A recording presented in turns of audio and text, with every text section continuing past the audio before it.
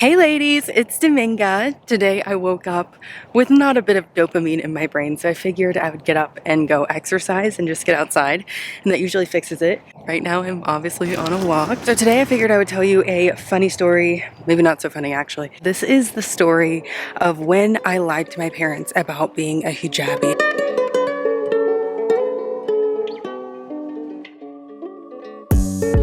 Oh, there's a dog. So imagine it's 2009, I'm 11 years old, and my parents had set an expectation for me to start wearing hijab, which is the headscarf, the covering, the veiling that Muslim women wear once they reach puberty or womanhood, in other words. We just bought a new house, so we were moving 30 minutes across town, so I was gonna have to make new friends anyway.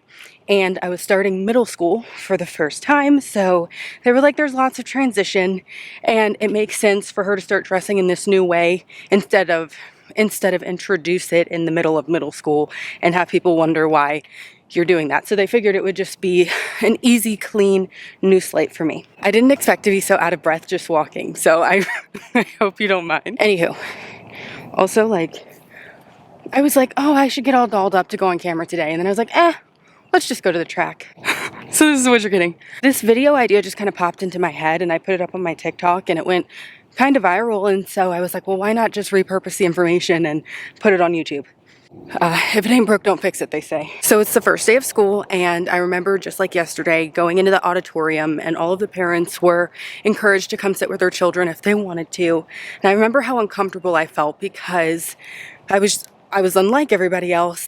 Anyways, all the parents end up leaving. The first day begins, and I remember feeling so awkward and just kind of uncomfortable because the kids were staring, and nobody was really mean to me. They were just curious and maybe didn't have the articulative skill to ask what they were wondering. When 9/11 rolled around, it was so awkward because our teacher obviously spoke about what the day's significance was, and all of the kids were staring at me, and I was like, ooh. Anyway, but honestly, my experience could have been a lot worse. Like I said, nobody was truly that mean to me.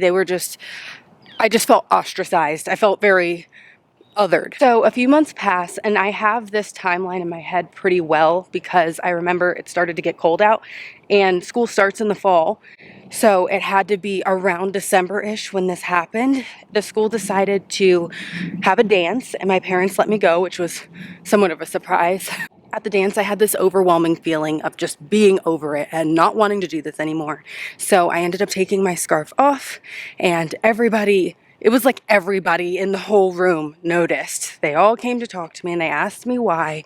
And they were like, oh, you do have hair, or oh, we thought you had cancer, and all types of just like really bizarre things started word vomiting out of people's mouths. And I decided to never put it back on. And here's where it gets interesting. My parents are from the north of the East Coast of America, and so we would always go up to Jersey because my dad's parents were aging, so we would pop in and visit with them a lot. It looks like I have no hair.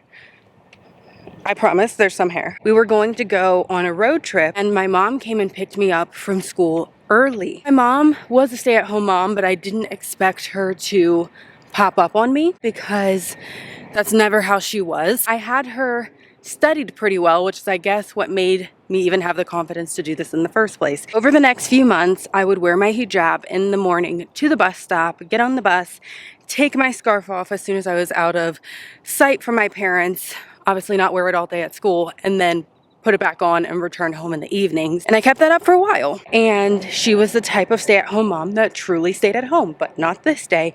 So I think her and my stepdad wanted a head start on the road trip. I'm pretty sure that's why she came to get me. And I remember walking to the bus loop with my friend, and I'm starting to hear this Dominga, Minga, and I'm like, where is that noise coming from? Like, who is calling me? And I'm looking around, and I spot her, and she's in the parent pickup loop while I'm in the bus loop, and I just freeze, and I felt like I'd seen a ghost, and I was like, oh my gosh, like, I cannot believe this is happening. So I walk from the buses over to the parent pickup loop, get in the car, and it's just silent for a while. She doesn't even say anything related to the matter. Then, oddly enough, she gets on the phone and has a conversation. I forget with who, but like totally normal conversation, doesn't mention it to who she's speaking to, and is acting pretty normal, like nothing has happened. So that was really odd. We get home, it gets dark out. My dad ends up coming home from work. We all load into the car to go on that road trip I told you about. And then my dad doesn't mention it either. He doesn't say anything at all. And so I'm confused. I'm like, I just know that they're going to be mad at me. I know we're going to talk about it, so I'm confused. We stop at Krispy Kreme, which is like only 20 minutes into the drive. So I'm like, that's unlike them. And then instead of going through the drive-thru, we go inside. So this is how I know it's about to happen, because I'm like, wow, why wouldn't we just cut the time and go through the drive-thru? They wanted to have a whole sit-down chat, and I felt it happening. I was having a premonition. I knew I was about to be in trouble. So I sit down, we're all eating our donuts. It's me, my parents, my siblings, and my dad's like, you know, Dominga, I'm not mad at you. I'm just very disappointed, which is very shattering to the kind of kid who really just wants to please their parents, which is like, I would have put up more of a fight about the whole thing. Like, I feel like I would be able to remember how vocal I was about not wanting to wear hijab if I was truly that combative. But I was a compliant kid, and I just wanted them to think I was wonderful and obedient. So that one definitely stung. But after that, they did not make me wear it anymore. So I kind of felt like it was all for the best. They let it be my decision afterward. I think one of the reasons that this was so hard for me is not only one, do I live in America and have been raised in America where Islam is not the leading religion, if you will. And a lot of my Muslim friends that I'd grown up with also didn't wear their hijab, and they were even closer to the culture. Like, their parents were, say, first generation immigrants from the Middle East, and it wasn't even enough to stick for them. And so I felt like, I don't know, this is like, I don't mean to be problematic, but I felt like their families are even more Muslim, like even more ingrained in the cultural side of it, and they're not. So like, why do I have to? I sure hope I'm not just bouncing all around. I probably am. And another thing that I think made this really hard was my mom's side of the family is Catholic. My stepdad's side of the family is Christian.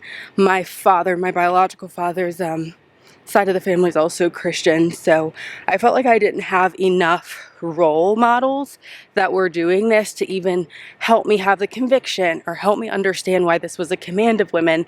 And I think I, even really early on, was kind of woke, so to speak, in this regard, because my parents sent me to this Muslim camp over the summer one year, and we were all sitting around a bonfire, and I remember asking, like, why do the women have to do this, but the men don't have to do this? And I don't know, I just felt like there was always so much double standard, and even so early on, like 11 years old, it just felt unfair to me.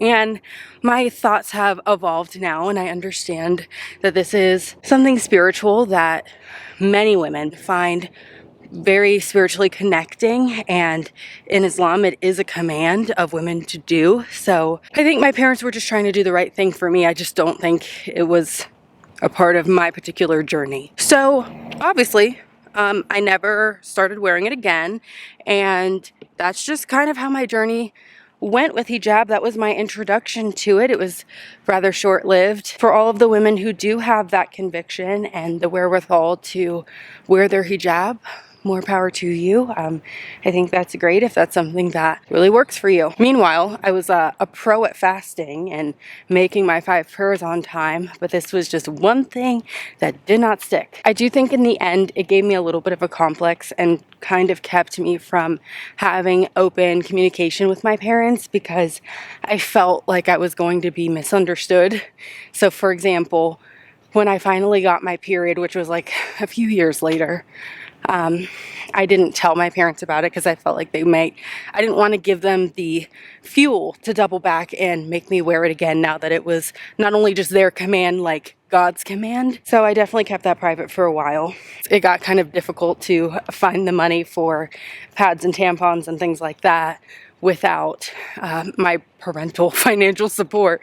So eventually I did have to tell them. I kind of started to worry that my mom would notice her stash dwindling. So anyways, I had to come clean on that. I think that's it. That's the story of how I lied to my parents about being a hijabi. I only would have gotten away with this for a couple of months longer anyway, because eventually a teacher of mine, I actually remember my gym teacher, called my mom and told her about the whole thing. So I think I would have been caught regardless. Anyways, I love you guys. Thank you so much for being a part of this community and just kind of hanging out with me. I think I've walked about a mile now, so I'm about to wrap it up. And I love you guys. Thank you so much for being here on this channel. You're made with so much love, so much intention, and I'll see you soon.